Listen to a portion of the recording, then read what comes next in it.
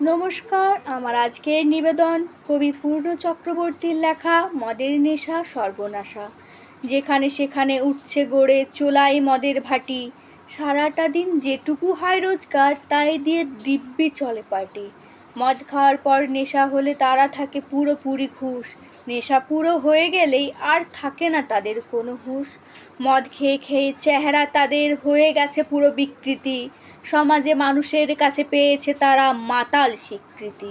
হাঁড়িতে জল ফুটতে থাকে, বাড়িতে থাকে না চাল, কোনোভাবেই তারা চায় না বুঝতে সংসারের কি হাল। বাড়িতে মজুদ থাকে না কিছুই, মেয়ে ছেলেরা কি দিয়ে করবে রান্না, তাদের শুধুই সহ্য করতে হয় কচি কচি ছেলে মেয়েদের বুক ফাটা কান্না। এই লেখা লিখছি আমি সোশ্যাল মিডিয়া দেখে, মেয়ে ছেলেরা ভাঙছে মদের ঠেক সকলকে সাক্ষী রেখে। মদেই শুধু খায় না তারা, জুয়াও তারা খেলে, টাকা পয়সা না থাকলে তাদের মেয়েদের গয়না বিকে ফেলে। তারা নাকি যেটাই করে সেটাই তাদের কাছে ঠিক, এদের জ্বালাতনে ছেলে মেয়েদের লোকের দ্বারে মাগতে হয় ভিক। মদ খাওয়ার পর নেশা হলেই তারা করে বকাবকি, নেশার জোরেই বকে চলে তারা, তখন হয় না থকাথকি।